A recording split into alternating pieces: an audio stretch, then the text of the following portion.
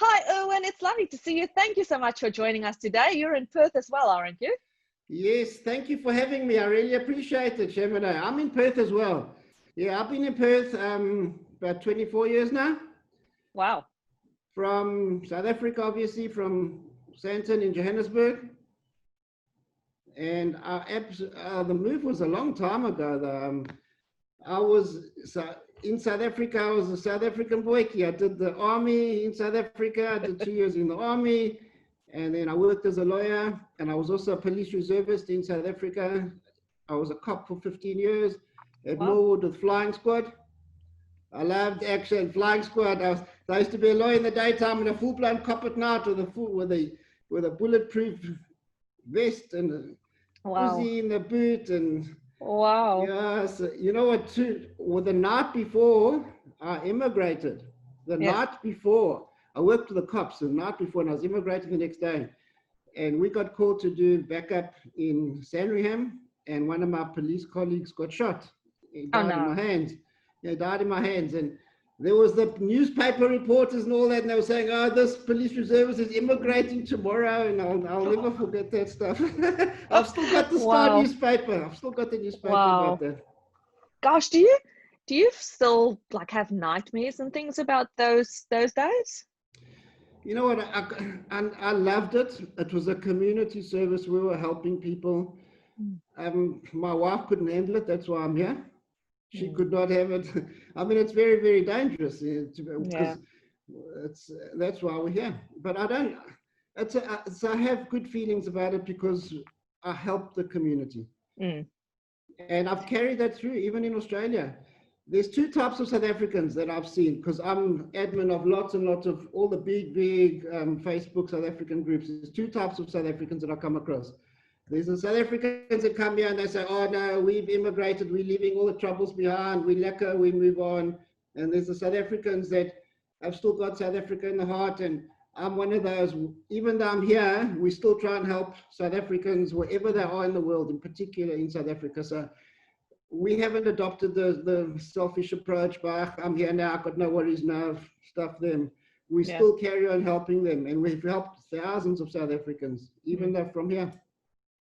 Oh, that's a very important thing you're saying, because, you know, we grew up there. We were also there. We were part of that. Correct. And because we have now been able to move elsewhere, it doesn't mean we've forgotten about what's happening there. Correct. And but there's and it's just great to hear that after 24 years, 24 years.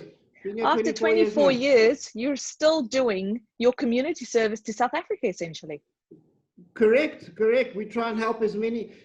Sham, you got no idea how many people email me privately every day from South Africa. We're in deep trouble. We got no food. We got no water. We got no electricity. We can't live. We need to get out of here. We're in the corner. We have to come. How do we get out of here? How? What do you answer them? I'll tell you, and I'll give you my example. You know what I say to them? If you knock on the door enough times, the door is going to open. Or if you're a soccer player and you kick at goals, eventually you're going to score a goal. Okay?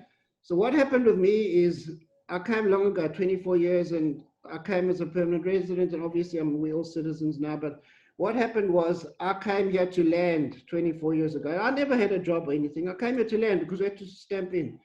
And we went across Australia first. I went to Sydney and Melbourne, and I went to see Australia. Every single state I tried to get a job. Whatever door I opened was shut in my face. They didn't want to know. I said, I'm a South African lawyer. They said, no, you're not a lawyer. We don't want foreign lawyers. It's going to be hard to reconvert and all stuff. Then I come to Perth. I was on my way home. No job, nothing. I stamped, and it was all lekker. I could come to Australia. I never had a job. So I was staying in Perth in Scarborough. That used to be the Radisson Hotel in Scarborough. Yes. And I went to the beach one morning, and I was lekker on the beach, and I was at suntan lotion and the suntan, and then I decided to go into the CBD in Perth. So I went with my wife and my kids. They were very young, little lighties at that stage. And I'm walking in the CBD, and I see personnel agent. So I go in there, and just picture this. I've just come off the beach, okay?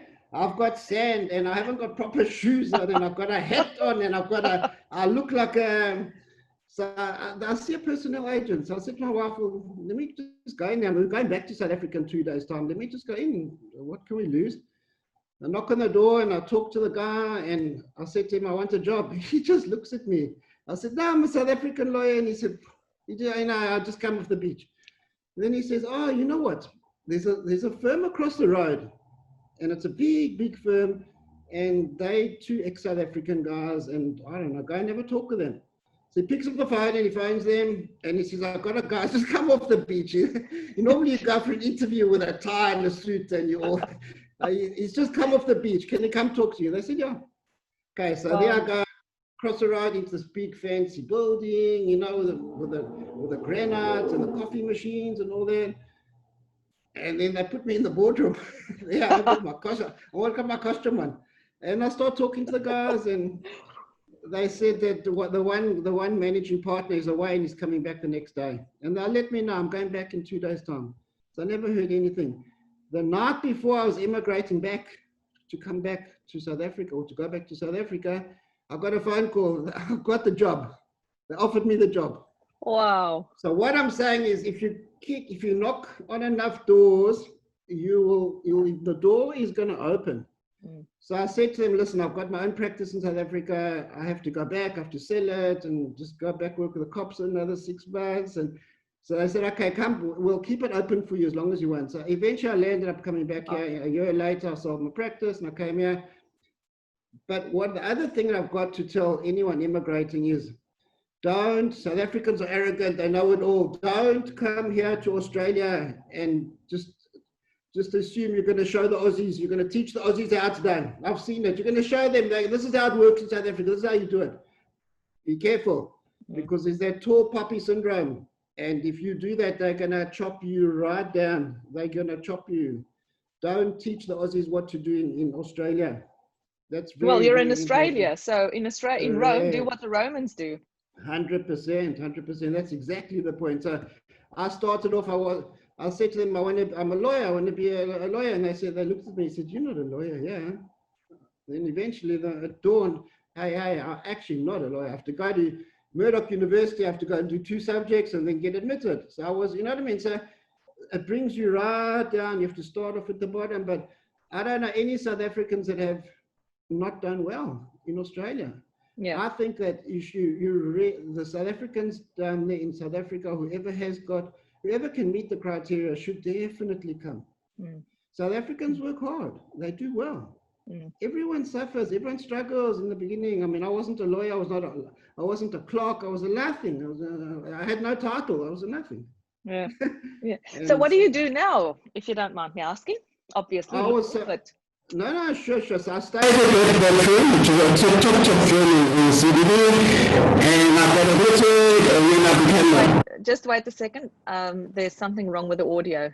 Okay. Can you talk again? Oh, that's better. Okay, sorry. So we missed the last 30 seconds. Okay, Can you do that again? So they were very good to me. I stayed there. I converted. I became a lawyer, and then I became a partner. I was a partner there for 19 years, and then I became a partner at another big national firm, and then I've gone on my own. I've got my own practice called Ballpen Legal, and I actually specialize in wills and estate planning and commercial work, but more in particular, I love helping South Africans.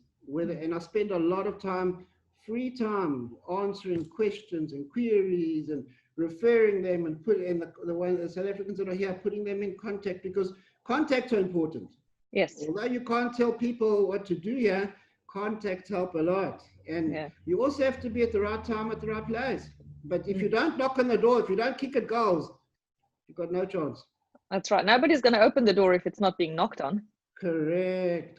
That's exactly right. So Erwin, you say that you run a number of South African Facebook groups, is that right? Yep. So what made you start those? I assume you started those. I started those. So this was done about 7 years ago, just for fun. Nelson D'Souza is co-administrator with me, and he asked me, he had a small group, and he said to me, he doesn't want to keep on posting, it's 200 people or something. Can the 2 of us do it together, and can I come and post and everything? And that was called South African Business Network in Perth. Yes. And we've got the same South African, because we like helping people, we've got the same South African Business Network group in Adelaide and Melbourne and Sydney and Tasmania and even in Auckland in New Zealand. And then from those little days, just off, because Nelson was also a cop, he was also a police reservist, and he's also been here the same time as me. So we had a lot of, we both really like to help South Africans, and we're really, really passionate about that. And so the group grew from 200 people now to across Australia, it's over 50,000 members in about 7 years. Wow, and that must take up a lot of your time to admin. It takes a lot of my time, but you know what? I'll give it priority. I'll give it time, because when you help people, no matter what it is, if I answer an email from someone in Pretoria or something, it's a sense of satisfaction. Yes. Yeah, absolutely. Well, what is life if you're all alone and you've got nobody left here? I've heard of so many super rich people, and if they lose all the people around them, what would they choose? Having the money or having the people? And so yes, community is extremely important. And as you say, you know, I think it provides purpose in life to a big degree. You go to bed and you feel good because you were able to help somebody else. Correct. Even networking, so people, if they're looking for a job, we offer people, we often ask employers, South African employers, put up jobs, help the people. If you're looking for an employee, if someone puts a post in our group, they're looking for an employee, there's 2,000 South Africans applying. You know, so that's the type of thing. But we've also got different groups, like Afrikaners Australia, that's Afrikaans based. And then we got, that's about 10,000 people. And then we've got the business group, and then we've got South Africans in Perth, which is more like this. If you've got a query, if you want to know who's a good immigration agent, who's a good lawyer, you can put a post like that. Yeah. And Erwin, what have you found in your 24 years of being like the most annoying thing for you in Australia, if there's anything, or that you like the least? Oh, I'll tell you. Sham, we come from South Africa. Like you say, I can't erase 30 years of my history from South Africa. When I got here, obviously I have to fit in, and I'm not used to fitting in. The South Africans generally are very confident, very aggressive, and they like to do things their own way. And especially initially in the early days, I didn't like the Aussie way. I didn't know how to work with it. I didn't know all the rules. There's lots of red tape. And I found that very, very frustrating. But as time goes on, I learned. I'm not here to teach the Aussies anything. Either I do it their way or it's our way back to South Africa. And I learned very quickly that I'm going to have to learn and comply with the way Australians do things. So especially in the early days, there was lots of things. But it takes time. It does. So I'll swap it around then. So what's the most annoying thing for you? What's the best thing for you about being in Australia? To be in Australia is a privilege. It is a serious privilege. I have probably traveled the world every single time. I mean, last year, this time I posted on Facebook, I was in Russia this time last year. And every single time I'm on a plane back to Australia, in particular Perth, because I can now work in Sydney or Melbourne anywhere I want to. Every time I come back to Australia, I say, and I even post it, this is the best country in the world. We are very, very lucky. We're very privileged to be in Australia. And so Australia's been good to us. You have to work hard to start at the bottom, but Australia's been very good. Yeah, Australia is, I think fairness is one of the values that I've found. Sure. It's hard to make money here. It's hard to make $1, but the quality of life, a lot of stuff you don't have to pay for. You can go to the beaches for free. You can go to picnic spots. You can go and enjoy yourself. You don't need a lot of money. Yeah. Do you go back to South Africa much? My wife goes back often. I've got family overseas and all over, but my wife loves going back. She loves going shopping. She loves it. So where does she go shopping? You know what will happen? Well, I'm from Sandton, so she loves Sandton Shopping Centre. Yeah. You know why she doesn't want me to go back? The minute I go back to South Africa, I'm going to phone up the cops. I'm going to say, come, I want to come I'm coming with you guys. She doesn't want that. I can understand that. Also, when I came here, the first thing I did was, I'm so used to South African way. So I wasn't sure if I could practice as a lawyer initially before I had a job. So I went to the police all over Australia.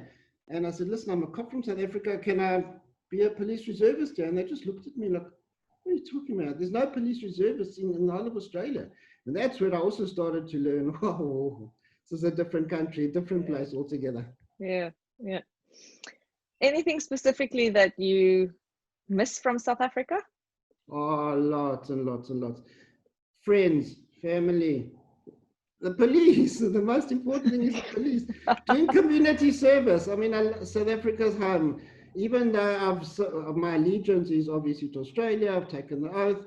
South Africa's home. I mean, you can't write off 30, 40 years. My parents are buried in South Africa. You know what I mean? You can't write off the best memories of your life there. I've got my education there. South Africa's been fantastic. And I wish we could help South Africa more, but yeah. Did you study? So you said you studied in at Murdoch University, a couple of subjects. Did you study something else as well after that? No, because I had young kids. It was a nightmare. I was studying and they were very young, and I had to try and find a room, and it was quite difficult because having not studied for so many years. Yeah. I was at Wits. I was a lawyer from Wits, and then I did the army and everything. But then I had to come to a foreign country and re-qualify. I was very lucky in those days. I only had 2 subjects to do, and then I got admitted a year later. But that was hard going. I mean, so how old were you when you came over, Erwin? More or less. 4 years ago, 40s, middle 40s. And how old were your children then? They were young. They were about 5, 6, 7, somewhere around there. Wow. Okay, so young or early stages of primary school. Correct. They went. So they did primary school in Perth, and they went to high school, and now they've all left. They're working. And do you think? No, sorry. Got an empty house now. Just my wife and my Labradors. Wow. Good change. Now you've got time to study, but what on earth would you study now? Now I'm too old. Now I'm grateful. I've had enough of it. I'd rather play on Facebook now. Yeah, I agree. That's a bit easier. Tell me, Erwin, your children, do you think they see themselves as South African or as Australian? Sham, they see themselves as Australian. They don't know. They obviously know they're from South Africa. They've been drilled in about South Africa. They know all.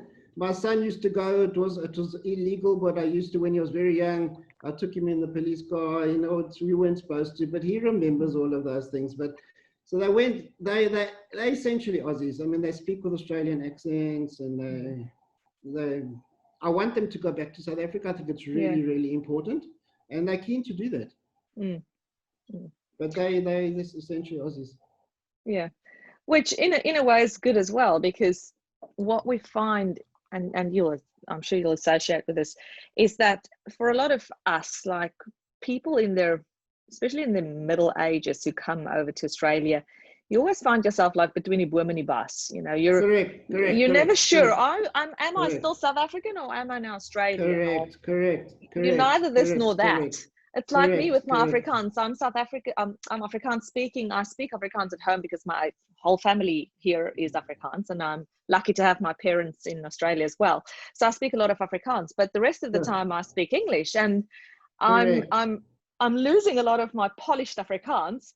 But I'm not 100% English either, so it's 100%. A bit like that. You want to hear a funny story? My kids went to, when they were in primary school, they went to a Jewish school in Dunedin called Carmel. And 90% of that school is South African Jews. But it's essentially Australian school, right? Now, all the South African kids were talking with a South African accent. So Australian families were complaining that all their kids are coming back with a South African accent from an Australian school.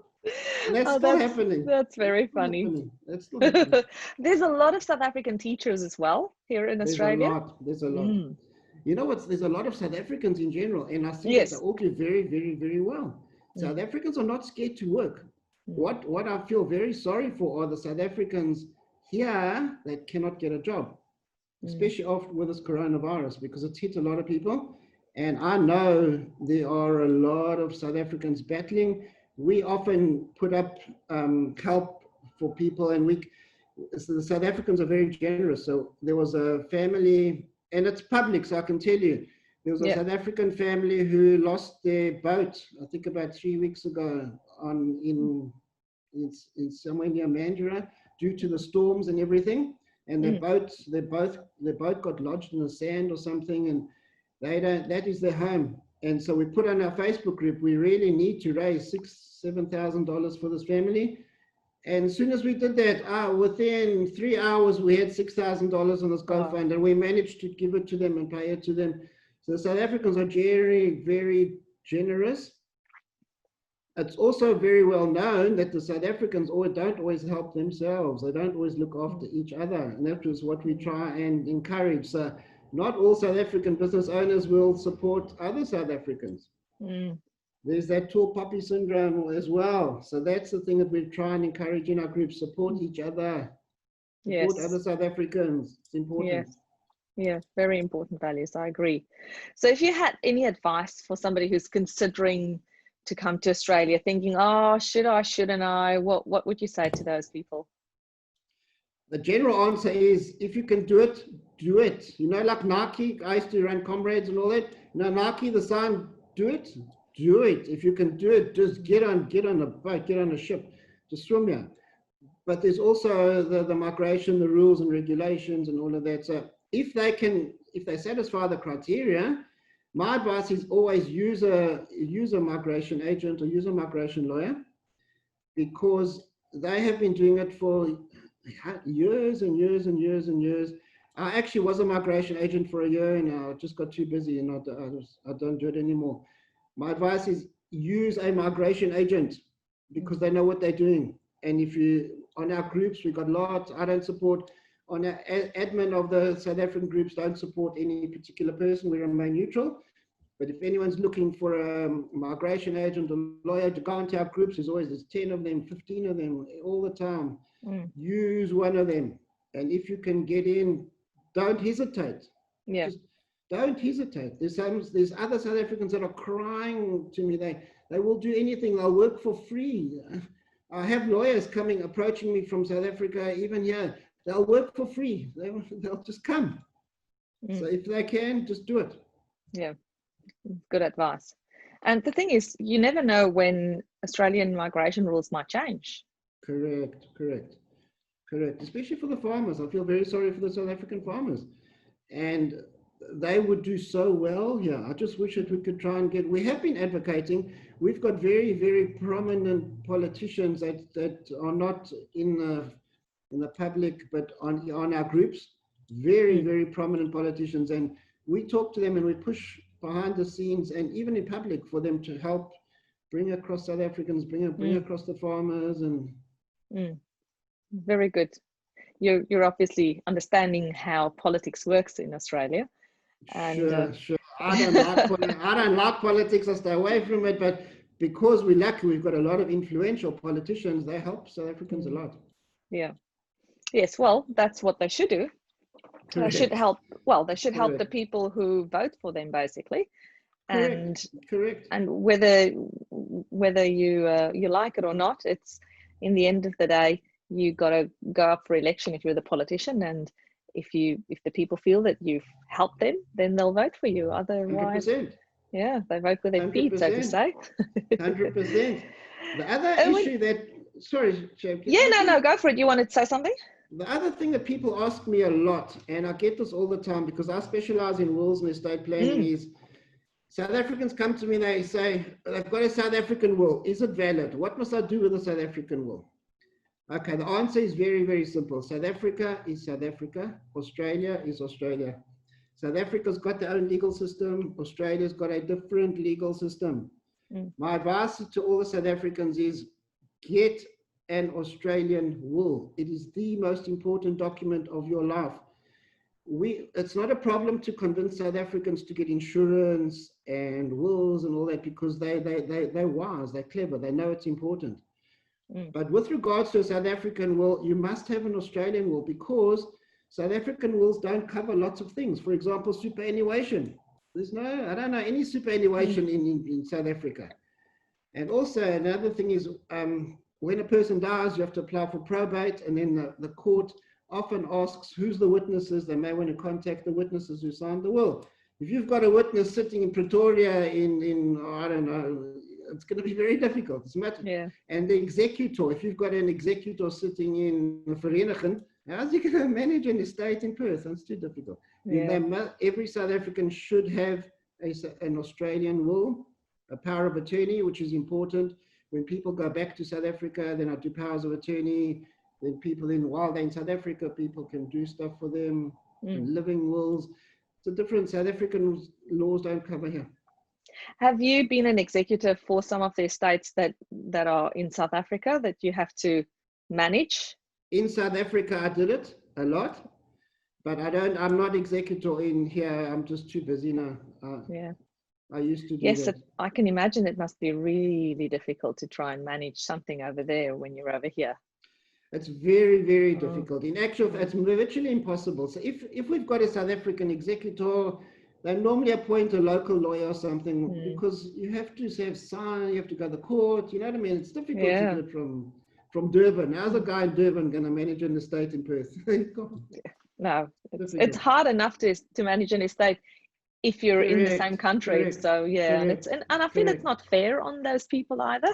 The executor, when they're appointed, it's not fair. So I agree with you. Great advice that you've given to South Africans when they move over here. And it's not that hard to set up a will, to draft a will. No, but it's really important that they go and have it done by a lawyer. That is the other thing. There's lots of, the Supreme Court of Western Australia has actually said in a decision, it branded those homemade wills and will kits as a curse. And if you Google homemade wills and curse, you'll find the judgment of the Supreme Court. They must have it done by a lawyer, especially a South African lawyer who understands it.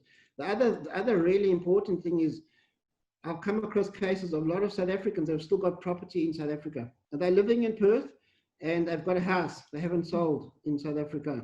And I'm doing a will for them. In that case, what I normally recommend is you have two wills. You have a mini will dealing only with your South African property and the main international will in Australia. So these things must be done by a lawyer. Do it properly. And Erwin, what do you see as the biggest reason for some South Africans when they come here, they try it out, so to say, try Australia out, and they decide to go back to South Africa? Why do you think that usually happens? Sure, my personal view is they couldn't make it work. They never had a job. They're bitter. Unless they've really got particular circumstances that they have to go back for, so maybe a death, they have to look after someone, be a carer. But that's the only reason I can think of, because Australia's, it's a paradise, it's heaven. And the only reason I say I don't know any South Africans that would go back voluntarily. Unless for a particular reason, as I say, they've got a person that's blind and they need to go and walk them or something. But otherwise, there's thousands and thousands of South Africans trying to get out of there. Why would they want to go back? Well, we've seen some people going back and then they'd go back to South Africa, but they wouldn't be there for longer than 1-2 years. And then they'd realize, I made the biggest mistake by going back. I shouldn't just be going back to Australia again. And then they pack up and come all the way back here. But on the flip side, I've asked the question about why do you think most those who for whom it doesn't work out, why do you think there are some South Africans here who, or what is it that the South Africans here who are successful, what is it that they do that make them settle in and make Australia their own place? I think luck plays a big part. You have to also be at the right time, at the right place. So the people that do well, they're either a lot of them come with a lot of money from South Africa. A lot of them are very lucky. A lot of them are very clever business people and they do well. The people that go back, I think as I say, I don't think they really want to go back. They may have that obvious. I know some that don't have jobs and they battle here. And some of them get kicked out. I acted for another family who came as, they said they're refugees. and they came here and they have to be here because of the crime, and the government kicked them out. And they said, no, that's not a reason. So I think it's, I don't think, I mean, I don't know any South Africans that just go back for the sake of it. Yeah. That would be crazy. Well, I certainly agree with you. Especially because even if you don't have a job, you can go on Centrelink. Yeah. You can go to the hospitals. And I feel very sorry and I feel deeply sad for what's going on in South Africa, especially with the coronavirus now, because I've got lots of family and friends there, and it's really terrible. If I had my way, Nelson and I would bring all the South Africans here. Yeah. We can't. But what we can do as Australians is we can speak to our politicians here. 100%. And we can get them on side. 100%, Absolutely. and that's what we're doing. Yes, we're trying our best. Erwin, what's your typical weekend kind of, what should we call it, pastime things that you do here in Australia? How would you describe a typical weekend for the South Africans who are in South Africa, but what we do here in Australia? Okay. It's my week. I think my weekends have changed from what they used to be 24 years ago. 24 years ago, they used to consist of doing schoolwork and homework and fighting with the kids to do their homework and not going out much. And over the years, as the kids have grown up, then I've started to have a lot more time. I love running, so I run a lot. I've run a few comrades, so I still run a bit. So every morning I run not more than 10 Ks anymore. And I do martial arts. I do a lot of martial arts, and I love dogs. So every morning I run about 10 Ks with my 2 Labradors. Wow! And in summer I love swimming. I swim with my Labradors for hours on the weekend. And generally I found that now I'm working a lot more. So I work every single day. I work even after hours, and Saturdays and Sundays I'm working now. Wow! That's just because it's, you know what I mean. It's just, I have to do it. But I'm just so busy, I have to do it. But like this evening in South Africa, compared to South Africa, on the weekend, my kids are very young, so I often used to go and work with the cops on a Saturday and Sunday and a Saturday night. And even on New Year's Eve, we used to work with the cops, and on Christmas Eve. So here I've got a lot more time. It's a lot more quality time. I like to go to the beach with the dogs. It's quality time. And I don't take it for granted though, because I don't take anything for granted anymore. Every single time, whenever I go for a run, I look at the dogs, I look at the beauty of the country. And what I do appreciate is the peace and the security. Yes. In other words, there was a South African couple who asked me for advice, and they just landed only about 3 weeks ago, and they're walking in Sydney, and they went to the shops about 3 Ks away, and they took a torch, a light, and they went walking with a knobkerrie, and they were worried that they're gonna get attacked, and then they realized they're in Australia and they can just walk wherever they are. So that's my weekends have changed. I've got a lot more time. I'm a lot more busy, but I try and make time. Like tonight, this evening, we're going to South Africans for potjie. Nice. Lekker, very man. Nice. Lekker. Yes. All South Africans have potjie tonight. That's good. It's good to share with our viewers that we can still do those things here. You're in Australia, but it's so really, what's the difference? You're buying meat. You're taking your swart potjie, met sy potjies, literally, 100%. and you're putting it in a fire, because you can buy wood 100%. Here, and you can make a fire. You know what the big difference is here? Here I have charcoal braai. I don't use the gas. And all the Aussies, because I've got a lot of Aussie friends, they all come here and I say, listen, I'm going to show you a real South African braai. And this is what we do. We put the wood, and we soak the wood in whiskey the night before, and then we put it onto proper braai, and they love it. That's the difference. Oh, that smell is just incredible. Oh, I marinated in whiskey. I put the wood in whiskey for about 2 days first. Wow. It must be expensive wood that you buy. And I can use cheap wine. If I've got wine left over from a night, I use the wine left over. Nice. I'll come and live next door to you, so that whenever you light the fire, I can smell it. I've got 5 empty bedrooms here. Well, I've got 4 kids, so we need lots of space. Oh, wow. 4 kids. Yes. I'm one of those. some people say crazy people, some people say brave people, but no, we're great. extremely blessed. So yeah, no, it's wonderful. You know what the other question that I get from South Africans is very often on the Facebook groups. They've arrived in Perth. Should my kids go to a government school or a private school? I see that all the time. What do you think? There's really no answer to that, because the education and what a kid is going to do depends on the child. You can push a kid, you can fight a kid. If they're not interested in studying, you can send them to the best schools. I know kids that have become doctors and lawyers and whatever, and they went to government schools.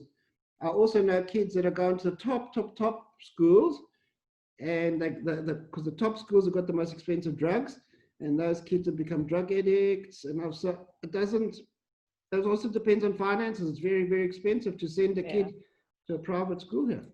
Yeah, it is. Well, I think it's expensive in South Africa as well to send your children to private schools. I think so. No, it was expensive. Yes, but just in general, I agree with you. It's you get good and bad for both sides. Correct. There's no. I come from a public school in South Africa, and I turned out okay. I think I made it to Australia. So you're my famous doctor. You're a real doctor. The medical doctors, and my daughter's a medical doctor. They are not true proper doctors. The proper doctor, we learned that in Latin in South Africa. The proper doctor, the PhD, is a proper doctor. The medical doctors are. Yes, it's a title that's bestowed upon them. It's respect. No, that's respect. Yes, out of respect. I respect anyone with a PhD. Thank you. Yes, it was an interesting time in my life, but it was absolutely worth it. I did enjoy studying. I did that in Australia. So wow. That's fantastic. Wow. It's like any study, really. You know, while you're in it, it feels like it's never going to finish and it's taking forever. Correct. But then once you get out on the other side, you're like, wow, I could really do another one if I You can do one for me. Oh, Erwin. Maybe we'll do one together about South Africans moving to Australia. All right, you do it. I'll just crib your notes. Oh, Erwin, it's been fabulous talking to you. Thank you so much. And you too. And thank you so much for giving me the opportunity. And if anyone wants to contact either you or me, or they can always join any of our Facebook groups. I will give some contact details below the video, so that people will be able to find us. Thank you so much. I really appreciate it. It's my pleasure. Do you have any parting thoughts that you want to leave our viewers with? Yes, I do. All the South Africans that are battling, that are struggling, you are not alone. We see you, we hear you, and we're doing whatever we can for you. Awesome. Thank you so much for everything that you do. You're a gem. Thank you, Erwin. Take care. Bye. Bye.